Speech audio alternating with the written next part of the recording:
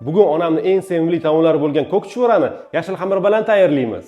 Ko'rinishi originalniy, mazasi esa idealniy bo'lgan ushbu ko'k chuchvaralarni aslida esa oddiygina beda, ismaloq, jag'jaq va yalpizdan tayyorlanadi. Ko'katlarni yuvib, yaxshilab quritib, cho'pa yordamida maydalab olib, xamir uchun 200 ml suvini siqib olib, sitidan o'tkazib olamiz.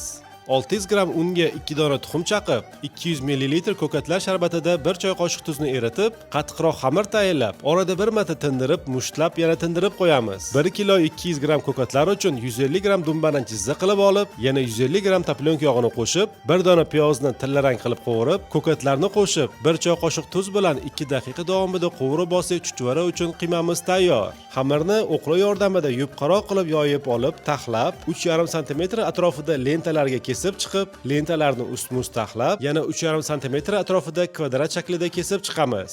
Agarda sizga chuchvara tugish qiyin bo'lsa, qo'rqmasdan ushbu xamir bilan tugavering. Xamirning go'zal yashil rangi har qanday chuchvarani ham go'zal qilib ko'rsata oladi. Ko'k chuchvarani qiymasi oldindan qo'rilgan bo'lgani uchun ushbu chuchvara juda ham tez pishadi. Chuchvaralarni tuzli qaynab turgan suvga tashlab, qopqog'ini yopib, chuchvaralar qaynab suzib chiqishi bilan darrov suzib olamiz.